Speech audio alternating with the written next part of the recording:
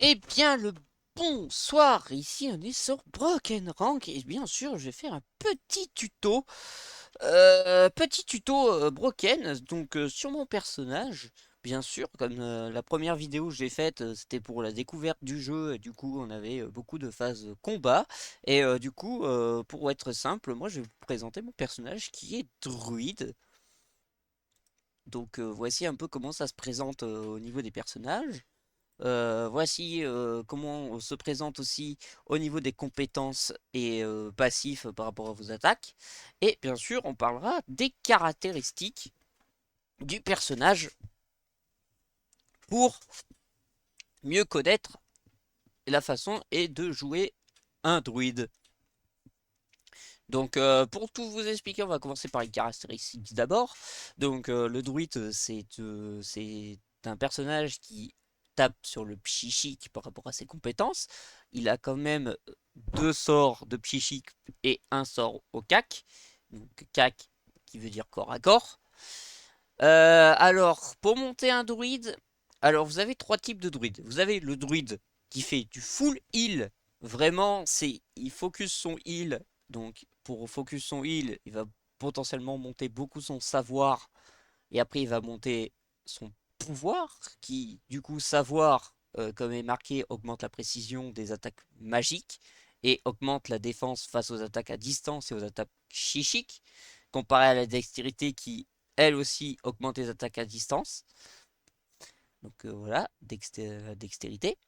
Et après, on a le pouvoir qui, lui, augmente les dégâts infligés par les attaques magiques. Donc plus votre pouvoir est grand, plus vous ferez mal. Et ça fonctionne aussi avec le heal. Plus votre pouvoir est fort, plus le heal va être gros. Ça, c'est le healer. Si vous prenez comme moi un druide, moi j'ai plus de pouvoir, mais j'ai quand même assez de savoir. Donc vous voyez qu'il y a quand même un grand écart. Je suis capable tout autant de taper, tout autant de heal. Donc je suis, on va dire, à moitié DPS. Et après, vous avez vous avez le druide qui peut être du coup en troisième particularité. Et ça, c'est comme vous le voulez. Vous pouvez faire un druide DPS. Donc, vous allez bourriner votre adversaire sans avoir un trop gros heal. Mais par contre, ça vous maintient quand même en vie assez facilement. Voilà. Tout en étant comme ça. Maintenant, parlons des compétences. Alors, les compétences, comme on dit, on ne monte pas le général. Ça vous servira à rien. Ouais, ça vous servira à rien en général, c'est de la merde. Ça fait pas de dégâts. Après, on a les compétences de classe. De toute façon, vu comme vous n'êtes pas level, vous commencez avec ces levels-là de base, hein, guérison. Donc voilà, vous allez donner des coups de standard. Vous allez pouvoir vous soigner. Après, vous avez les saints. Donc les saints, les saints, c'est le sort, on va dire, qui réduit les points d'action de, de, de vos adversaires quand ils sont touchés et ça fait des dégâts continus par rapport au nombre de tours où ils ont. Donc là par exemple, moi il dure 4 tours, donc pendant 4 tours il va se prendre des dégâts en continu. À chaque tour qu'il va se lancer, un dégât continu. Hop, directement. Et l'ennemi a moins 3 de PR par rapport au niveau augmenté. Par exemple, la source de mana qui peut être très pratique pour vous ou pour les alliés, parce que du coup, vous pouvez le donner aux alliés. Ça réduit la consommation de mana de moins de 40%. Là, actuellement, au niveau 7, de 5 tours. La restauration, ça, c'est pour le donner à ceux qui. Donc, si vous faites druide, bien sûr, DPS ou demi-heal comme moi, la restauration, vous pouvez la poser sur vous parce que du coup, ça va en venir par rapport à votre attaque au CAC que je présente après. Résistance naturelle, bon ça c'est tout simplement ça vous donne une résistance au physique, donc tous ceux qui vont taper au corps à corps et à distance, donc les dégâts magiques ne sont pas réduits bien sûr, mais voilà ça va vous protéger quand même assez bien. On en vient maintenant au cogne. Donc ça, c'est votre attaque au corps à corps si vous êtes équipé d'une arme au corps à corps. Donc forcément, votre bâton est une arme au corps à corps. Épée, hache, voilà. Bon, si vous faites un druide DPS, vous pouvez mettre un peu de dextérité de force pour quand même porter une arme de cac, donc de chevalier, voilà, comme ça au moins ça vous augmentera beaucoup plus vos dégâts. Cogne en fait a une double efficacité. C'est que ça marche avec la guérison. Plus vous cumulez de la guérison, plus vous faites de dégâts par stack d'écorchure que vous avez. Donc vous avez reçoit une altération qui réduit l'efficacité durant les 2 tours. Plus vous en avez, plus vous augmentez les dégâts. 4%. Voilà. Euh, c'est pas dégueu. Vous en avez déjà 8% pour 2 stacks. Ça fait 12% pour 4, 6, un peu plus. Ce qui peut être pas mal. Et moi, je joue sur le cogne. Après, vous avez l'enracinement, ce qui peut être pas mal pour quand vous jouez en groupe. C'est vous enraciner votre adversaire. Au bout de 2 attaques qui passent, ça va l'enraciner. Du coup, la défense est réduite.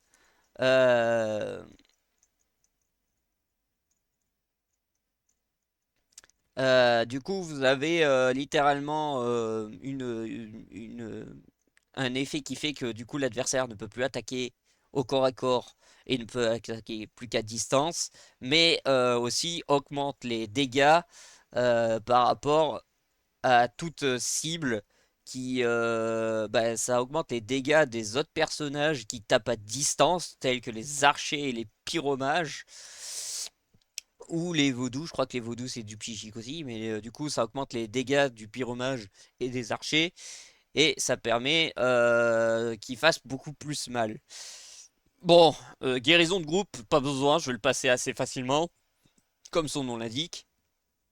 C'est pour faire du heal de groupe. Alors, il heal moins que la guérison, mais par contre, voilà, c'est le bénéfice. Vous êtes en groupe, vous pouvez healer tout le monde, il n'y a pas de problème.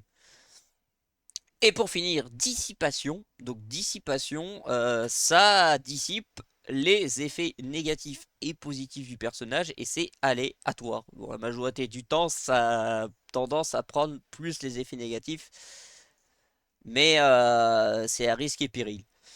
Pour ça, on est bon. Après, on a le passif. Alors le passif, c'est pour tout le monde, donc c'est mode, ça permet d'avoir des plusieurs compagnons, donc les animaux qui sont là. En stratégie, ça dépend des combats. Vous mettez ce que vous voulez. Si vous voulez mettre 5 attaques, vous pouvez mettre 5 attaques. Quand même mettre un peu de défense au cas où. Ça, c'est pendant les combats, c'est vous qui choisissez. Maintenant, on va passer au niveau équipement. Alors, du coup, vu comme moi je suis un druide demi-heal, 2000 DPS, j'essaye de varier entre mon pouvoir savoir. Donc, par exemple, voilà, pouvoir savoir, plus ou moins la savoir.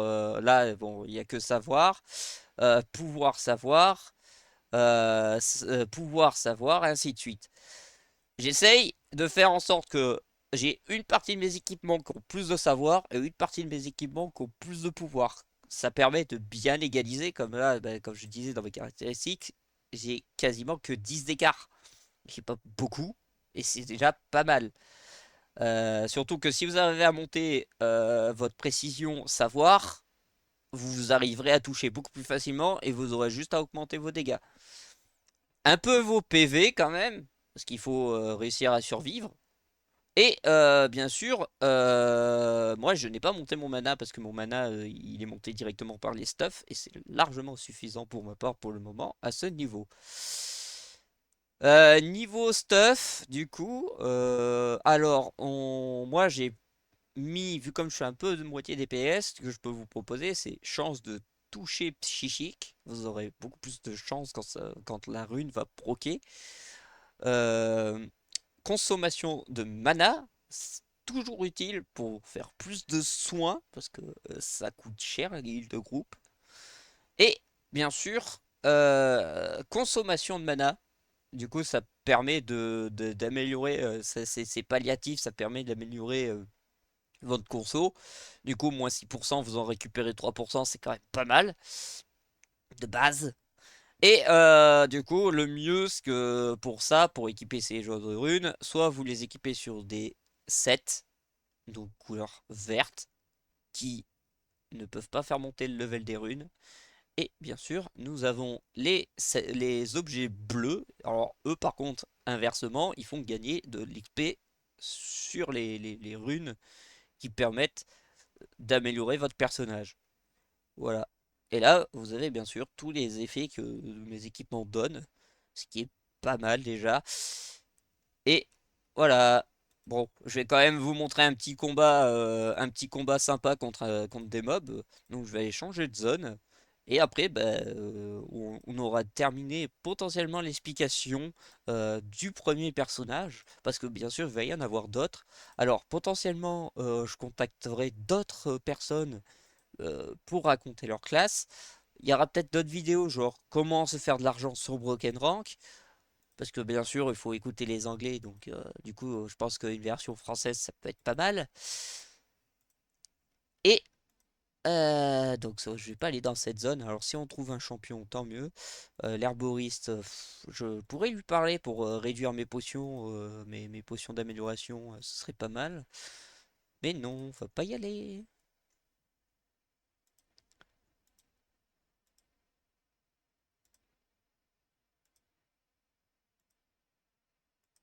Donc bon, après, bon, c'est un MMORPG, vous pouvez très bien jouer solo.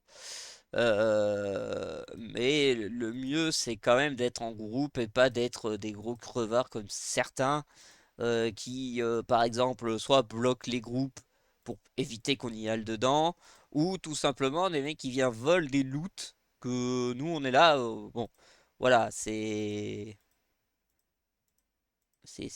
un peu compliqué. Du coup, par rapport à vos levels aussi, c'est vous avez plus ou moins le focus des mobs. Alors là, je vais prendre exemple, je vais faire juste un V1, hein, ce sera pas mal. Parce que là, c'est des mobs de mon level. Voilà, vous voyez, il y a déjà des mecs. Hop, alors, on lance un sort de mana. Comme ça, au moins, voilà. Et là, vous voyez, enracinement. Voilà, enracinement. Là, il est enracinement, donc inflige des dégâts à chaque tour et réduit la défense à distance. Donc là, ça, c'est fait. Quand je vais lancer mon sort de guêpe et mon coup de bâton, donc vous allez voir la différence. Là, il est complètement enraciné. Bon, mais il est mort. Ah, il est en combat là? Il est en combat. Est-ce que je peux rejoindre? Dis-moi oui. Ah non, je peux pas. Il a verrouillé son groupe. Ils sont combien les prégus? Ah, ils sont ouais, non, les mecs, ils sont à 3 là. Voilà, ça c'est le genre de personnes qui, voilà, ils sont niveau 120, 140, ils farment les petits champions, les petits champions de notre zone, au lieu de faire les gros. Et ils nous volent le loot. On ne peut pas les récupérer.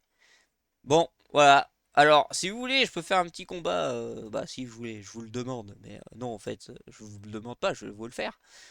Du coup, là, on va faire un combat de 3 contre 1. Bah, 3 contre 2, je compte mon singe. Vous voyez, 500 de dégâts pour un druide, c'est pas dégueu. Maintenant, si je mets mon coup de bâton avec mon heal,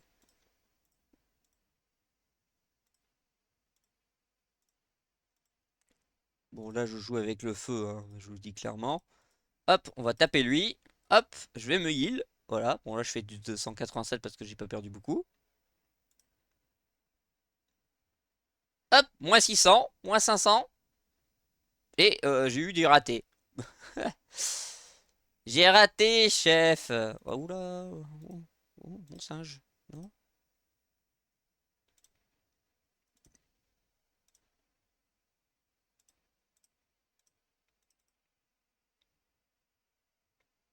Hop, bah là je suis à 4 stacks. Hop, moins 500, moins 610. C'est pas dégueu, il y a quand même du pourcentage. Comme vous voyez, ma barre de mana, elle descend pas trop. Ce qui est pas mal. Voilà.